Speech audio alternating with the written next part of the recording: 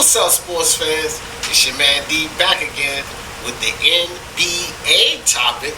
That's right, basketball. So for the love of sports, let's talk about it.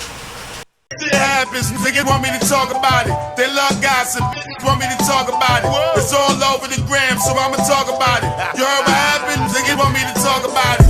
Shit crazy, niggas want me to talk about it. You heard what happened? Niggas want me to talk about it.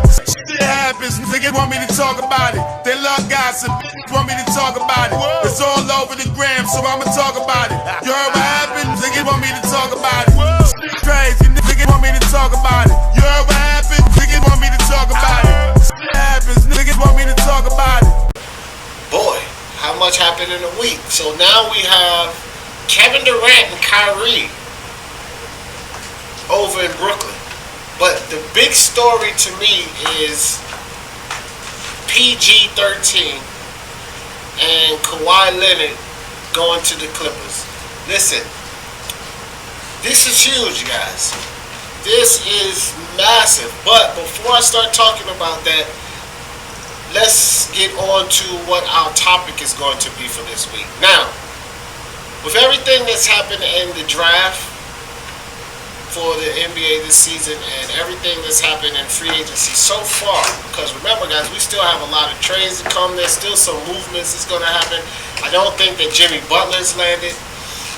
There's still some things that's, we're still waiting to see how they play out. Carmelo Anthony's been rumored to come back and join the Lakers. Dudley just joined the Lakers. I mean, guys, things are happening, okay? So it's not all said and done. At least we got to get to preseason of basketball and see what, how these teams are looking. But the topic is going to be, will the West or the East be the power of the league? He knows his sports. One of my dudes. I was talking to him about the power shift that over the years in sports, in basketball, most sports that has basically two conferences, you always see a power shift.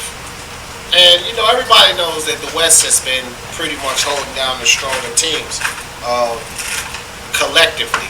Of course, there's been some East teams that were able to compete. LeBron and those boys went and snatched some championships. But we all know that the West has generally had the power. But are we seeing the shift happen, guys? With Kyrie and Kevin Durant going over to Brooklyn, they're going to be extremely powerful. Malcolm Brogdon and Jeremy Lamb shooting down there to Indiana. Oladipo's coming back. They're going to be a force to reckon with. Everybody knows the Sixers are looking good. Tobias Harris, Ben Simmons, Joel Embiid. They're making, they did lose Redick, and also Jimmy Butler's probably going to leave. But don't worry about the Sixers. They're making very, very good, wise decisions and good moves. So they're going to be a force to reckon with for sure. Boston is always a threat. You lose Kyrie, but Kyrie didn't play that great. He didn't play that great last season. But who did play very great last season? Kemba Walker. So you lose Kyrie, but you get Kemba Walker. Now, another huge loss for Boston, in my opinion, was Al Horford. I fussed and raved about Al Horford the whole time. He knows his sports, and we kind of had it out about Al Horford because he was saying he was overrated and everything. But Al Horford was the one that came through for that team during the playoffs. It was Horford. So that was a huge loss. Boston's still, going to be a factor. And then it's the Milwaukee Bucks. They've done nothing but gotten stronger. And I don't know, you guys may hear it here first on Speak Your Mind Sports Talk from D. Jefferson, but Milwaukee Bucks are in lieu of signing Antetokounmpo's brother, Thanasis Antetokounmpo. Now listen, guys, he's a star in the international leagues. Now you're going to have two Antetokounmpos on the Bucks, with Bledsoe with Middleton, with Brook Lopez, because they've locked them into contracts. Power on the East, okay? And then we look at the West and the Western moves that's been made. And, of course, I'm just going to start with this one flat out. The biggest moves is PG-13 and Kawhi Leonard. Teaming up to go on this Clippers team that was already extremely resilient and just really lacked a couple of star players. That was the only thing wrong with the Clippers. Guys, think about it. Their star player was a six-man. And they beat the Golden State Warriors with Kevin Durant not being hurt, mind you. 2 games. Portland Trailblazers couldn't beat the Warriors any games. Houston Rockets could only mass up 1 game, and Kevin Durant got hurt. Guys, think about this. Think about this. Those 2 teams together, Houston and Portland, only won 1 game out of 8. But this Clippers team with no superstar, no James Harden, no Damian Lillard, no Chris Paul, no McCollum, only a 6th man, Lou Williams, beat the Warriors team, right? 2 games with Kevin Durant in, with Klay Thompson in, and now they just added Kawhi Leonard and PG-13. Listen, Kawhi Leonard is easily the number 1 two-way player in the league. Defense, offense, nobody better. Number 2, in my opinion, is Giannis Antetokounmpo. But number 3 is Paul George. So now, Doc Rivers, who had no superstar, just a 6th man in Lou Williams, who beat the Warriors team with Kevin Durant and Klay not being hurt, 2 games out of the 6 games they played, just acquired the number 1 and the number 3 two-way players in the game. Imagine that, guys. The Clippers are going to be a problem, okay? Of course, LA Lakers, when you talk about having LeBron James, DeMarcus Cousins, and Anthony Davis, we see what DeMarcus Cousins and Anthony Davis look like down there in New Orleans together. And this was not with a LeBron James or Kyle Kuzma or Ray John Rondo playing with them. They're going to be dangerous.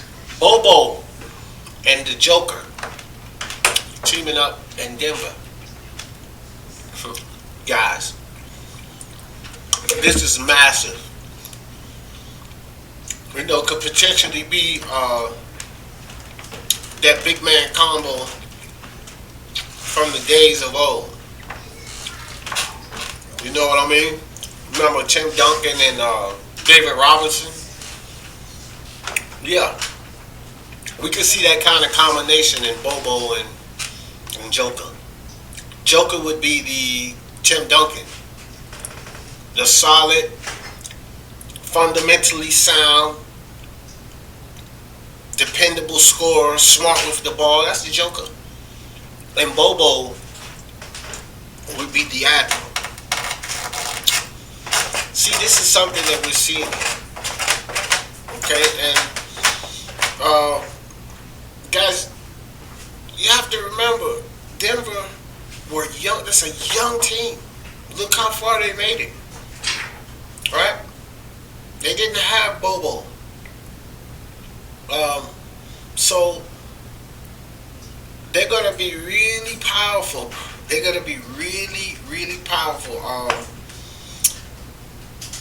Also, the Denver Nuggets, they have someone really, really important on their team that was hurt. And he's going to be back. So, sorry guys.